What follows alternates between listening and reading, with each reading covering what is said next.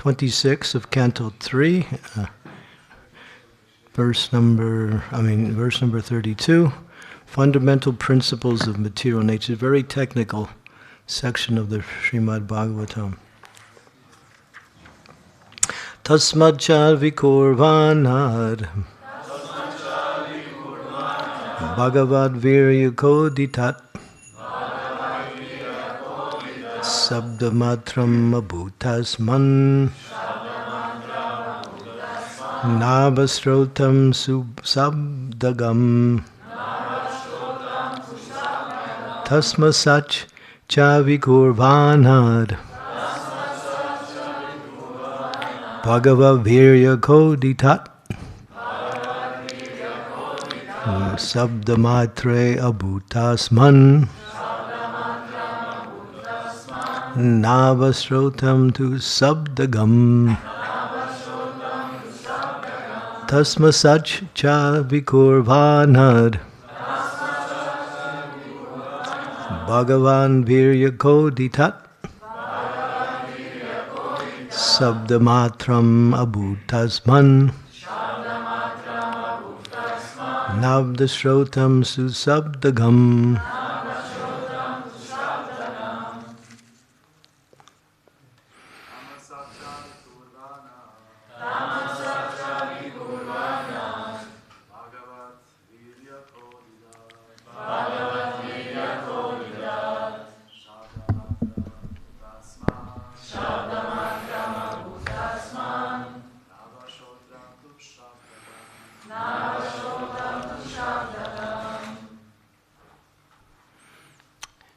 One more man? We need at least two men. One more?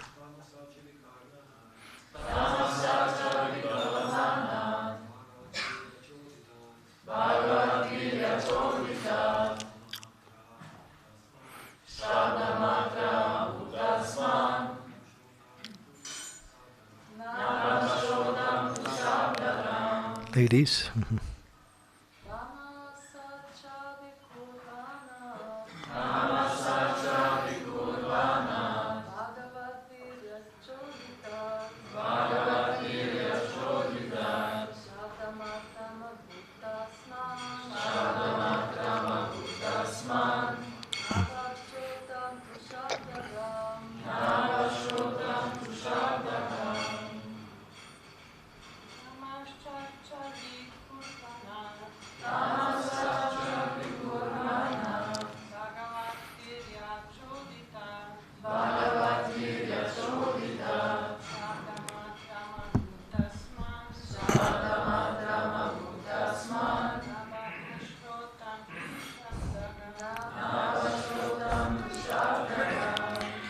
Tasmasat.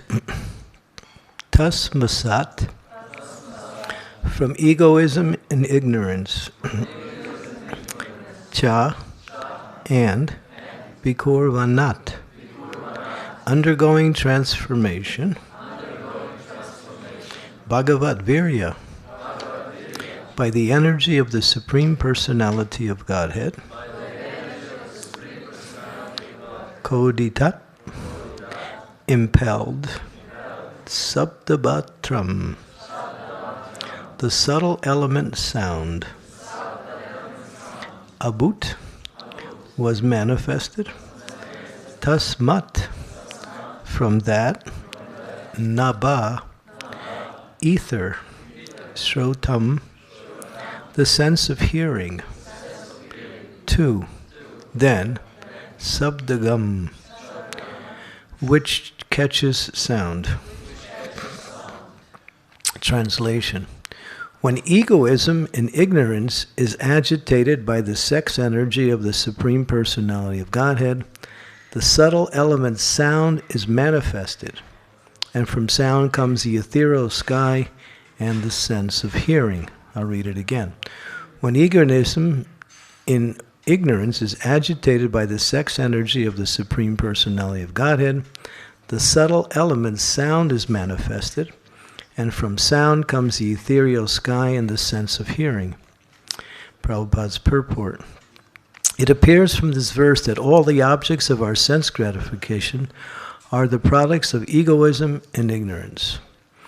It is understood from this verse that by the agitation of the element of egoism and ignorance, the first thing which was produced is sound, which is the subtle form of ether. It is also stated in the Vedanta Sutra that sound is the origin of the objects of material possession, and that by sound one can dissolve this material existence. Anandritam Sabda means liberation by sound. The entire material manifestation began from sound, and sound can also end material entanglement if it has a particular potency. The particular sound capable of doing this is the transcendental vibration, Hare Krishna. Our entanglement in material affairs has begun from material sound. Now we must purify that sound in spiritual understanding. There is sound in the spiritual world also. If we approach that sound, then our spiritual life begins, and the other requirements for spiritual advancement can be supplied. We have to understand very clearly that sound is the beginning of creation of all material objects for our sense gratification. Similarly, if sound is purified, our spiritual necessities are produced from sound. Here it is said that from sound, the ether became manifested, and from that air manifested from ether. How the ethereal sky from sound, how the ethereal sky comes from sound, how air comes from sky, how fire comes from air will be explained later on. Sound is the cause of the sky is the cause of Shrotam, the ear. The ear is the first sense for receiving knowledge. One must give oral reception to any knowledge one wants to receive, either materially or spiritual. Therefore, Shrotam is very important. The Vedic knowledge is called Shruti. Knowledge has to be received by hearing. By hearing only, we can have access to either material or spiritual enjoyment. In the material world, we manufacture many things for our material comfort simply by hearing.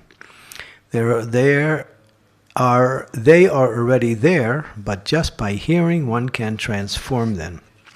If we want to build a very high skyscraper, this does not mean that we have to create it. The materials for the skyscraper, wood, metal, earth, etc., are already there. But we make our intimate relationships with those already created elements by hearing how to utilize them. Modern economic advancement for creation is also a product of hearing. Similarly, one can create a favorable field of spiritual activities by hearing from the right source. Arjuna was a gross materialist in the bodily concepts of life and was suffering from the bodily concept very acutely. But simply by hearing, Arjuna became spiritualized, Krishna conscious person.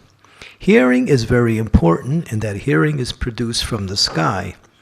By hearing only can we make proper use of that which already exists. The principle of hearing to properly utilize preconceived materials is applicable to spiritual paraphernalia as well. We must hear from the proper spiritual source.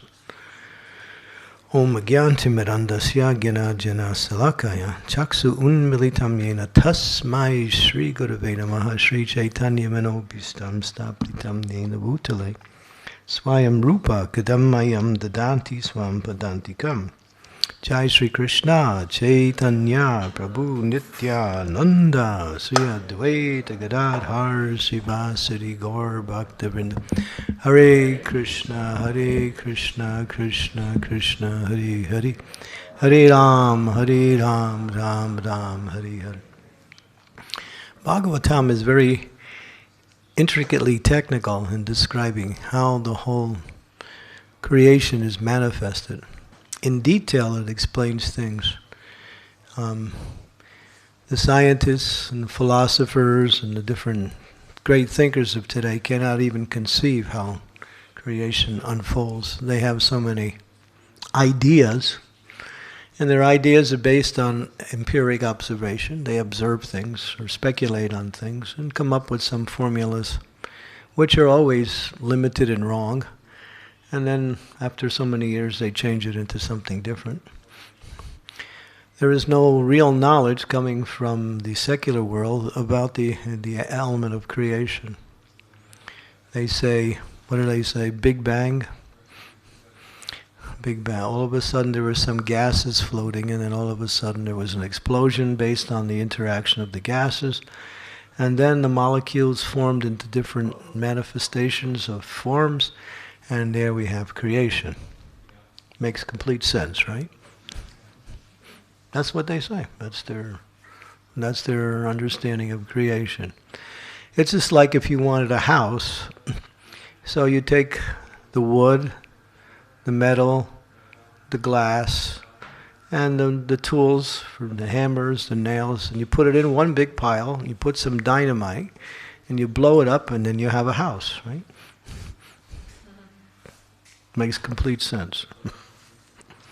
So this is what they're saying. It's all, so they speculate, Big Bang theory, this theory, that theory. But here, Bhagavatam very clearly explains how creation manifests. Krishna glances over the aggregate of all material energy, and by his glance, the living entities are carried by Ramadevi, his consort, and she brings that energy, which includes the time factor, the living entities, and Lord Shiva. The glance of the Lord is Lord Shiva. That's why Lord Shiva is considered to be the father of all living entities. That is Sadashiva, the original Shiva, from where all the other Shivas come from. And by that glance, it agitates the aggregate of the material energies, and then they start to move by that glance. And Brahma comes along and starts to formulate those different energies into the different bodies and formations that make up the material energy. And that's called secondary creation. Krishna is the first creation, and secondary creation is coming by Lord Brahma. Shri Panchatattva Ki Jai. So, and then, as the elements start to manifest, the different objects of the senses for the living entities start to appear. And the first manifestation of the creation is sky, as it's described here in this particular verse and purport. And from sky, ether is manifested. And ether is the subtlest of all the gross material elements. And ether produces sound. That's why we see, even from the scientific point of view, sound waves travel through sky or through ether. And that's the whole science of radio. Radio was understood by that process. By somehow or other, through mechanical means, they have captured the form of ether and manifested through the sky. I don't know all the technicalities, but then sound is transmitted from one place to another without any, connection. So this is the whole scientific theory of how, inventions are made based on sound. So it's actually coming from ether. Ether is the cause of sound. And sound is the original form or the original manifestation of the elements, which brings about the creation. From sound everything comes. As Prabhupada explains in this particular purport. Sound creates, and sound helps to manifest the creation, and at the same time, sound destroys.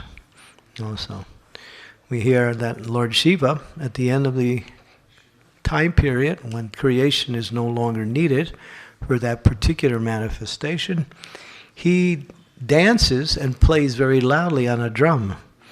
And that drum is called his din-din drum. And he dances with the dance of destruction called Pralaya. And by that sound vibration of Shiva, who is in charge of destroying, the whole material energy starts to reverse, and as it unfolds in a certain way, it reverses itself in the same way. Really very scientific how everything works. It's all explained in this one section of the Bhagavatam by Kapila Deva in a very, very detailed way. And Prabhupada's purports elaborate on all these details to help us understand, how intricate the whole manifestation of the creation. Krishna goes through so much trouble just to help us to enjoy in this material world. So this sound is actually the source of everything, and from sound comes, of course, hearing, but then from sound, the element sound, from sound comes touch, from touch comes fire, from fire comes water, from water comes earth, and then you have the 5 gross elements like that, each one more grosser than the previous one. And then the concomitant objects, to perceive them, there's the different senses. By eyes we see, that is fire, and by ears we hear, that is the manifestation of sound. By touch we feel, and that's the manifestation of air. Very scientific. By earth we smell, by water we taste. So all the elements are connected to the sense objects and the senses like that, all unfolding in a very scientific way, agitated by the energy of the Supreme Personality Godhead. And then we have, once the basic elements are manifested, Krishna creates the elements itself. There's no secondary creator for that. But the elements are put into action by Lord Brahma, who manifests them according to his intelligence given by Krishna himself. So very scientific, and then we have this. Then what we have is what is there in the basic elements, and then we formulate it, and we have houses, and we have cars, and we have sidewalks, and we have so many things. We mix all these elements, and we put it together. How do we do it? By learning the science, and Prabhupada says, anything that you want to do starts with this process of hearing. So hearing is the most important of all the elements. Why? Because by hearing we learn, by hearing we can actually perform. Without the sense of hearing, nothing can really manifest. So sound is hearing is a manifestation of sound vibration. So now we have the material energy. So if you want to reverse the material energy while you're in the material energy, you need sound to do that. So sound is both material and spiritual. So Prabhupada describes bring in spiritual sound. And by spiritual sound, you destroy the effects of material sound and bring an awareness of spirit through spiritual sound. Spiritual sound is dynamic, whereas material sound is static. Static means it has a limitation to it, but spiritual sound has no limitations.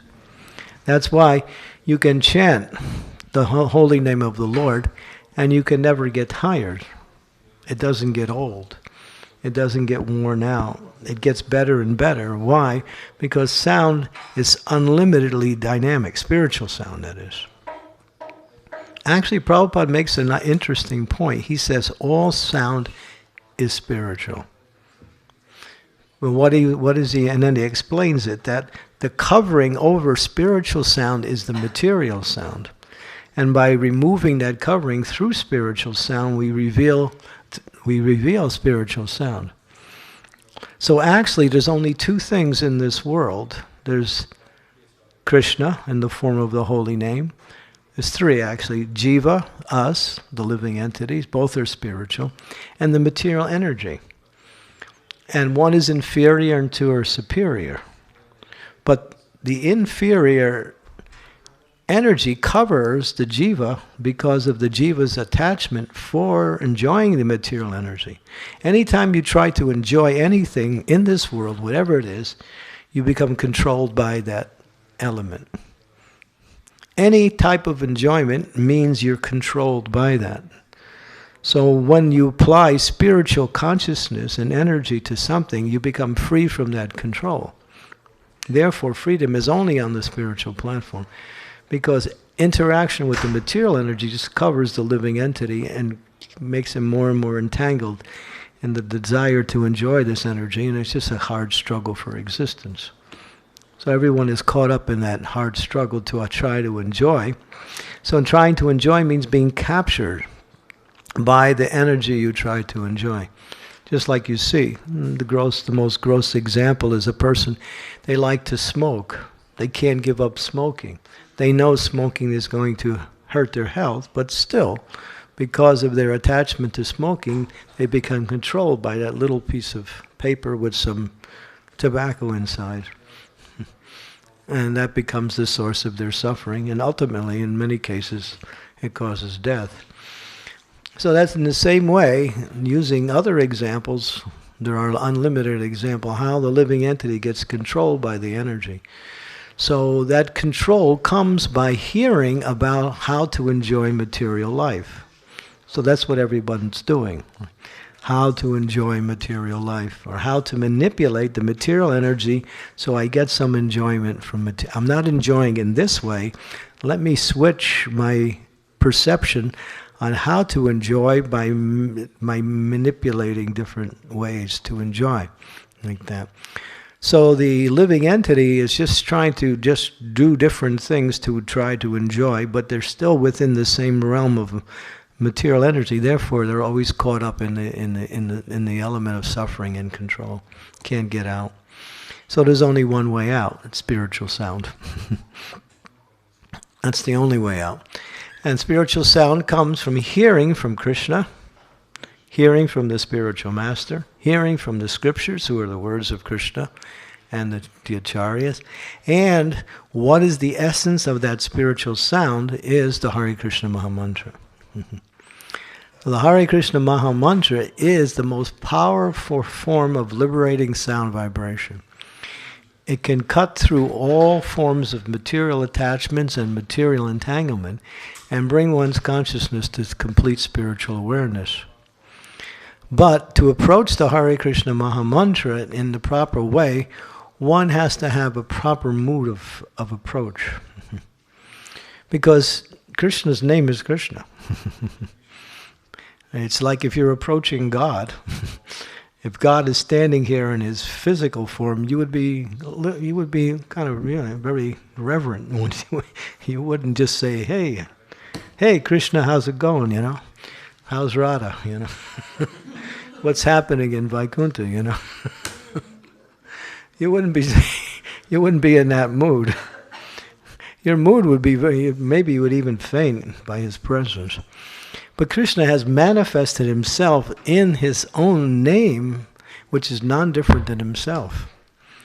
So approaching the holy name of the Lord means to approach Krishna directly in the same way you would approach Krishna if he was personally present. In that approach, one carefully hears and chants the name with a mood of prayer. In a prayerful mood, one can approach the holy name. If one tries to control the holy name by one's element of chanting, the holy name is not there. All you get is sound vibration, but you don't get the real name. It's almost like 5 letters. Krishna is non-different than his name, but Krishna doesn't have to manifest himself in his name if he doesn't want to. And he does according to how much the devotee approaches to him with sincerity and with devotion. And that's manifested in the prayerful mood. And so this is the essence of our spiritual success, is to somehow or other connect with Krishna through the sound vibration of his holy name. And this gradually captures our consciousness, where the consciousness now is being transformed from material to spiritual. What is that? What is the indication of consciousness going from material to spiritual? One sees things in relationship to Krishna and not in relationship to oneself. The materialist concept is that I'm the center and everything around me is for my enjoyment or for my manipulation. In other words, I'm the center. That's the material consciousness. Spiritual consciousness is Krishna's the center. I am Krishna's servant. And the whole material energy is made for Krishna's enjoyment. Krishna's pleasure,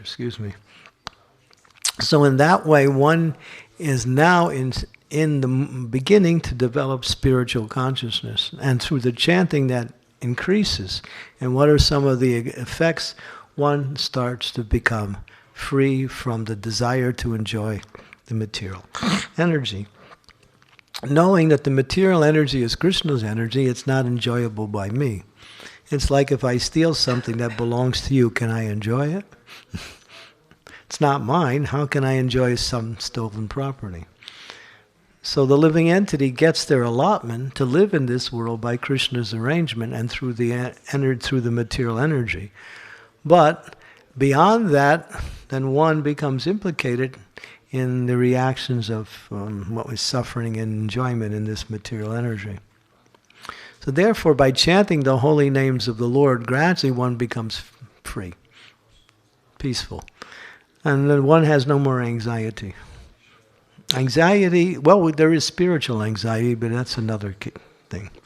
Spiritual anxiety is Krishna consciousness. There's material anxiety makes one depressed and causes one unhappiness. Spiritual anxiety increases one's devotional service and helps to bring Krishna consciousness into the lives of others. There's a difference. But in the material world, because everyone is thinking I'm the center, they're always in anxiety. Will I enjoy? How do I enjoy? Like this. So, but when devotees take shelter of the holy name of the Lord and chant in the proper mood, what is one of the most important principles in approaching the holy name? One of the most important principles is I look forward to chanting. It's not a burden. It's actually something I look forward to. If we approach the holy name and think, oh no, it's like trying to climb Mount Kilimanjaro with a backpack. Have you ever tried to climb Mount Kilimanjaro? It's in Africa. It's one of the hardest mountains to climb. Devotees did it a few years ago in London. They had a whole program of trying to climb the mountain. Some of them couldn't make it, and a few did. But it was just an effort in, Tejas power. They wanted to do something different. But it's a mountain that's not easily climbable, and only few can do it. Huh? Yeah, there's also snow on the top. But they did it. Some of them actually made it. But the point is that if we approach the holy name as a big burden, oh no, it's that time of the day again. Life begins after the 16th round. If we have that mentality, and we just do it as, okay, I have to struggle through it, then it'll be like that. Create what is called an affirmation. An affirmation is, chanting is nice. Chanting is a great gift given by Lord Chaitanya to me to purify my life and to become Krishna conscious. Chanting is fun. If we develop that consciousness, an affirmation is interesting. It's an interesting word because it means a statement of positive success. It hasn't happened already, but you make the statement. Have you ever having that situation? I will do this. You say it, and by the power of your conviction, it's practically done already. That's called affirmation. It's a statement of fact before the fact. And that's called the will or conviction, determination to achieve one's object. When we do that with the holy name, I love to chant. I get to chant. I want to chant. In fact, that's all I want to do. By programming your consciousness in a positive way, a whole different mindset starts to develop when you chant. Should I read something in relationship to that? Okay. So here's the surprise. There's a little book called Affirmations. I'll explain more about the book and the author, but there's one affirmation, the one I just mentioned. Let me see if I can find it. Okay, it's here. Number 4. And I'll read a little bit of the explanation. I get to chant, I want to chant, I love to chant.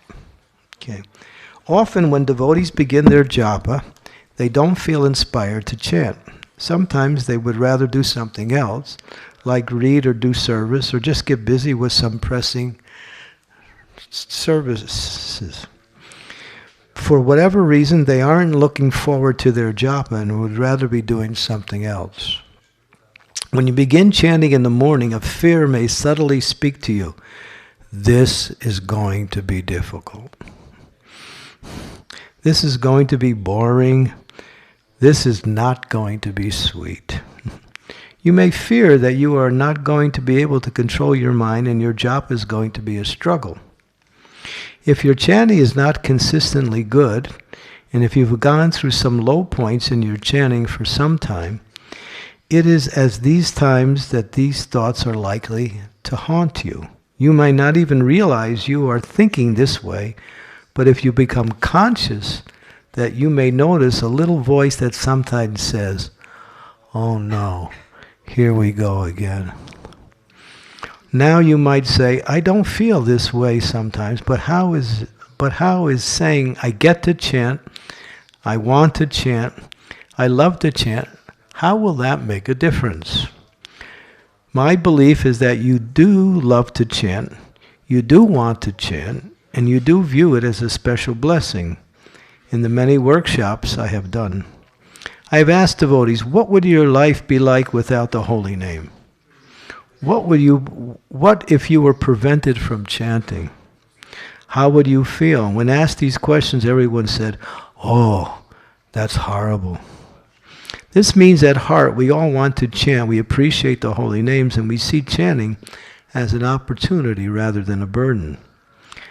On a deep level, I do want to chant. I do appreciate the good fortune of having the holy name. I make a commitment to chant. No one forces me. Ultimately, you start chanting because you decided to chant.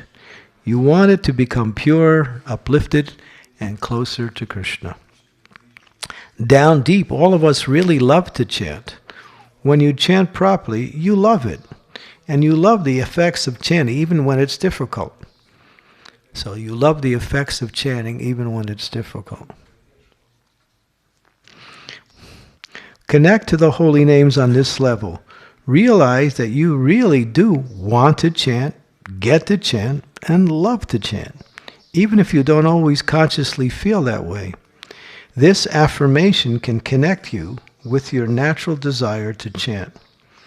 Many devotees have told me that I'm just saying this affirmation before they begin chanting.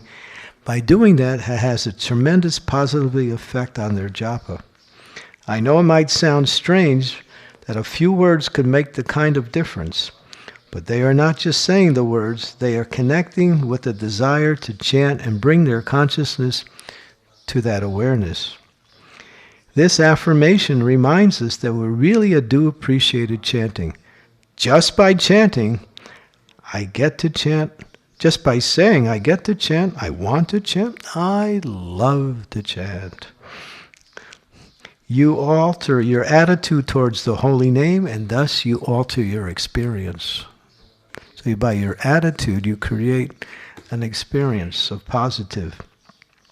If you're chanting and losing your connection, or if you're getting bored or distraction, then this affirmation will be very powerful for you. It's a reminder that deep down you really want to be chanting, and that ultimately it's your favorite activity. Haribol.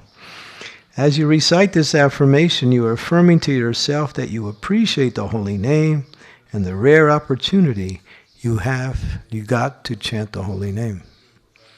So that's one of 20 affirmations in this little book by one devotee, Prabhupada disciple. One of the earlier devotees in the Krishna conscious movement. His name is Mahatma Das. Maybe you've heard of him. He's also a famous singer. So yeah, this positive way of approach helps to bring about a certain mindset which changes the results of our activities like that. So that's one example. So when the holy name is actually Krishna coming to us in the form of sweet sound vibration. It's actually very sweet, and when we're actually chanting nicely, it tastes sweet. It's almost like tasting some sugar. It's like that. It's just as sweet. There's one, you've probably heard of her. She's very famous in the world. She's running for candidate for the President of the United States next year. Her name is Tulsi Gabbard, and she's the Senator of Hawaii. A representative of Hawaii, and she talks about the holy name in that way, that it's so sweet. It's so sweet. It's so sweet. She always talks about how sweet it tastes when you chant. So yeah, it is actually sweet, but we have to work at it and keep a positive mindset. And there's 19 other affirmations in this little book that's available. I have a few copies, enough for everybody. So I was thinking, before I get into that point, I want to again emphasize that the most important aspect of our development of Krishna consciousness is staying connected with spiritual sound. Mm-hmm. Material sound will drag our consciousness down. That's why they say the most detrimental thing in spiritual life is hearing nonsense talk. When we hear nonsense talk, our whole consciousness starts to go to that element of mundaneness, and we start to lose the connection with the spiritual energy. Therefore, it says that one of the most dangerous forms of spiritual contamination or material contamination is to talk nonsense. Talking is sound. And you can see how sound affects when music is heard nicely, sung nicely, sweetly. Like we were uplifted, even if it's not even spiritual music. Still, it uplifts your consciousness. And spiritual music, of course, really uplifts your consciousness. So sound is very powerful. So by staying connected with sound, through hearing, through reading, in different ways, we will always keep our consciousness connected to Krishna in devotional service. And then the mind becomes attracted. As the mind becomes attracted more and more to the spiritual sound, one develops an attachment for Krishna. Strong attachment like that. So it's all based on sound. Everything's based on sound. Hearing and chanting the glories of the Lord. The holy name and Krishna's transcendental pastimes, which are a manifestation of the holy name in another form. So hearing Krishna's pastimes is also chanting the holy names of the Lord. Like that. Okay, any questions or comments about sound vibration or something related to that? Yes, Mukunda. You mentioned this affirmation. Could this be related like a sankalpa? It is. Yeah, it is. Affirmation, is this related to sankalpa? So directly related to a sankalpa. Yeah, that's actually the meaning. Yeah, there's one bhajan called Sudha Bhakata Charanarenu. In that song, it's all sankalpas. It's one of the few bhajans. I will go to Vrindavan and take shelter of the great devotees. I will take the dust of their lotus feet and place it on my hand. Sudha Bhakata Charanarena Vajana Anukula. Anukula means it will take me closer to Krishna.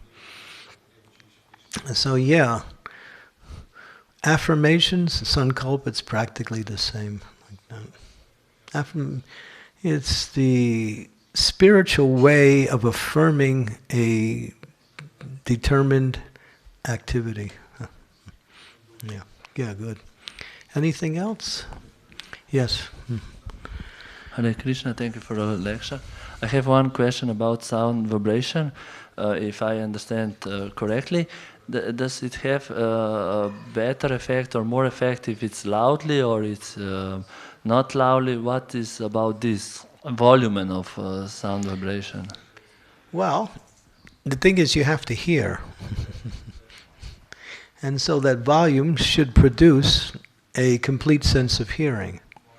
So sometimes when something is not said loudly enough, we don't really pick it up on it. Loudness sometimes awakens us away from the material consciousness and brings us to the spiritual consciousness. Mm-hmm. That's why many times we hear the kirtan leaders say, chant loudly. What it does, it forces you to become more attentive to the sound vibration, just by the sound itself. So we don't want to make that loud sound unpleasant. I mean, it's not like you scream it. But it should be loud enough where you can completely connect to it. There is a connection that is not complete, just like we're in kirtan many times. And we're not really listening to the holy name, although the holy name is going on. We're not connecting to it, because the mind is somewhere else, and the thoughts are somewhere else. The sense of hearing has been distracted by the mind, and therefore we're not tuned into the sound vibration. So therefore, in order to bring about that awareness of the presence of spiritual sound, volume has an effect one way or the other. It's good. Thank you, Maharaj. Yes, Dharma Prabhu.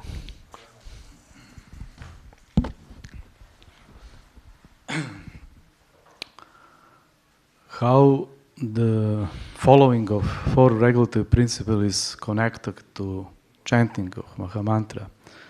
If someone is not following strictly four regulative principles, can also be attached to chant Mahamantra or not? Well, the principle of chanting is the principle of following the instructions of the spiritual master. Everything comes from that sound force. The spiritual master tells us to chant Hare Krishna. He teaches us how to chant Hare Krishna. He also teaches us what is the results of. So the basis of all spiritual success is to follow the instructions of the spiritual master. He says, hear from Krishna, hear from the scriptures, follow these principles. When we do that, we get a certain element of success that is already guaranteed by when we follow those instructions. By not following the instructions, we can't connect to Krishna, because that connection is through the sound vibration of the spiritual master's instructions. So for not following the four regulative principles, which is foundational, why is it foundational? It's given at the time of initiation, or it's vowed to at the time of initiation. So the initiation ceremony more or less deals with the essence of our spiritual practice. Chant 16 rounds on beads every day, and follow these four principles. That's foundational to everything else we do. If we don't establish a foundation, how can you build a house on a weak foundation or no foundation? So it's all based on following the instructions of the spiritual. And Prabhupada has set this as the minimum standard for practice. Even if you don't do anything else, if you chant 16 rounds and follow the four regulative principles, you're in a good position. You're in a good position. Of course, you want to do more, because if you're chanting, you'll actually be inspired to do some service. So, but these four regulative principles prevent us from getting captured by Maya.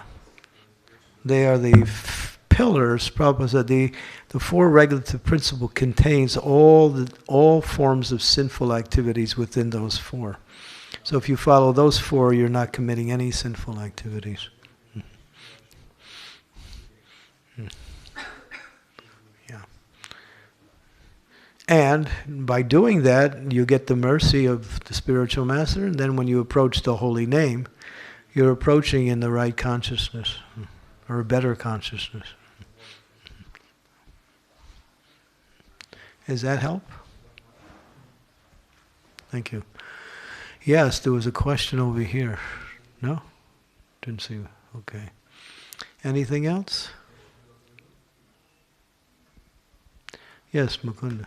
How long you will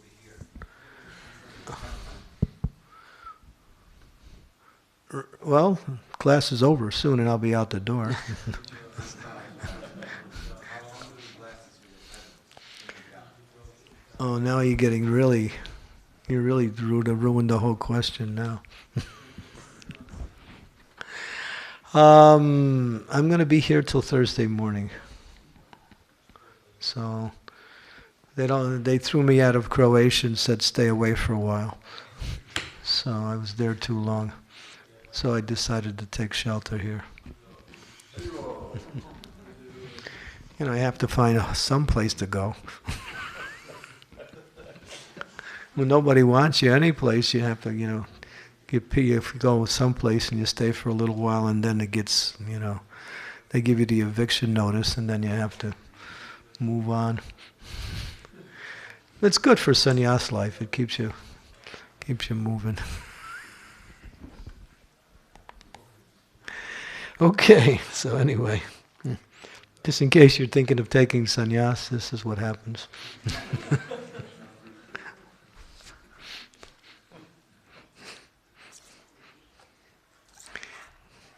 So this is a little book. It's called Japa Affirmations. That was one I read. I'll read one more just to inspire you. The book is $1,000. Oh no, I'm just kidding. Payable immediately. When I chant, I chant. That's another affirmation. In other words, I don't do anything else.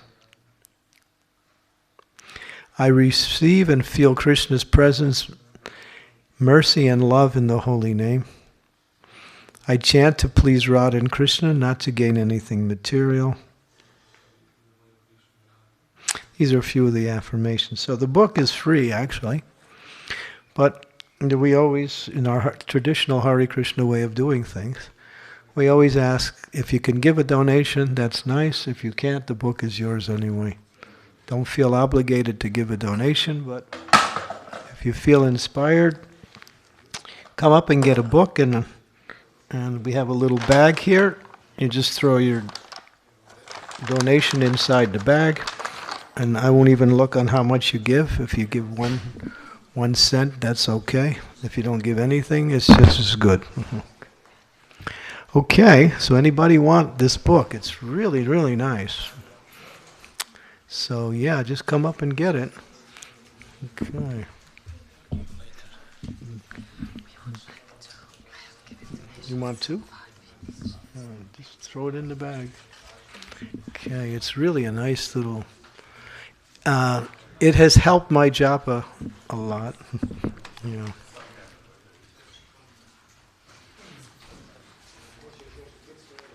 Yeah, I'll put the bag down.